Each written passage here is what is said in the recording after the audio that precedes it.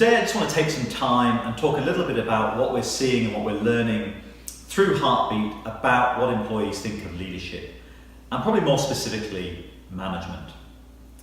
Now, bear with me for a moment. I want to take you through a whirlwind tour of leadership theory over the last 150 years. And it begins in the 1840s with what was called the Great Man Theory. It's kind of all in the name, isn't it, right?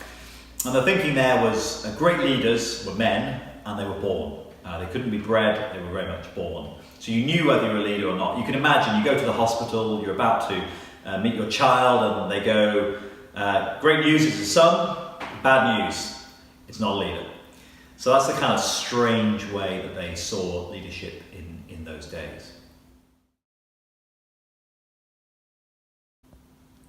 So the good news was it then moved on, and in the 90s and 20s and 30s, a new theory emerged around leadership, which was called the trait theory.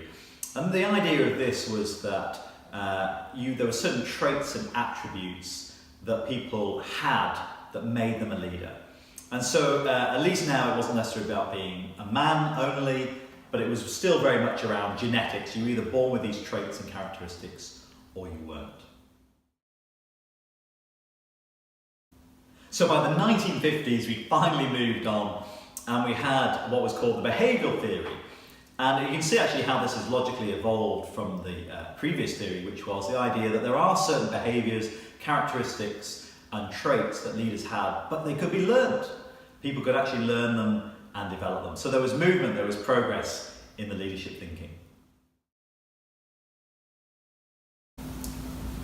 Then we enter the 1960s, and interestingly here we come across the situational theory around leadership, which is different situations require different types of leadership.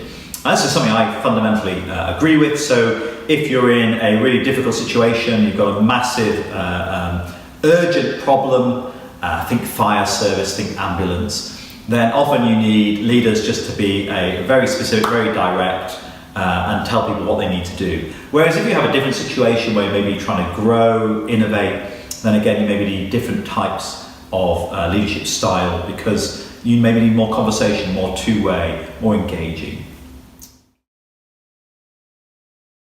Then we enter the 1970s and we got the transactional theory. And the thinking behind this was that there was a mutually beneficial relationship between employee and the leader. And it was very much around rewards and punishment, and it was both of them. So if you did something well, the leader would reward you and that would be recognised, and if you didn't, then there was a sort of form of punishment, whether that's not getting a bonus or whether that's getting some criticism or whatever it might be.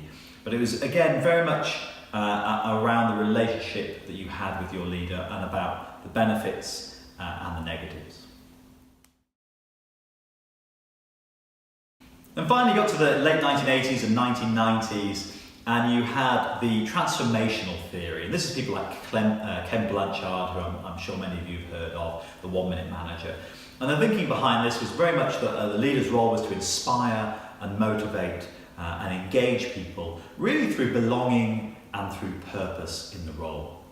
And this is kind of where we are today. People recognising purpose really matters, recognising that the role of a leader is very much about inspiring, motivating. Let me just briefly talk about Heartbeat now and what we're seeing alongside that. So the good news is leadership theory has evolved, and very much what we're seeing is people are absolutely looking for their leaders to inspire and engage them and excite them and capture them up in a journey of belonging and very much of purpose. But here's the interesting thing, right, we're learning from Heartbeat. Here's the insight for today. We're learning that they're looking for that from their managers as well as their leaders. So the days of people only expecting that from the top 10, the top exec, whoever it might be, are gone. People now expect that from the manager they're reporting to day to day. They're looking for that leader to inspire them and motivate them, to engage them, to have a two-way conversation, to be much more involved in what's going on, and to really clearly have a purpose at that very local level.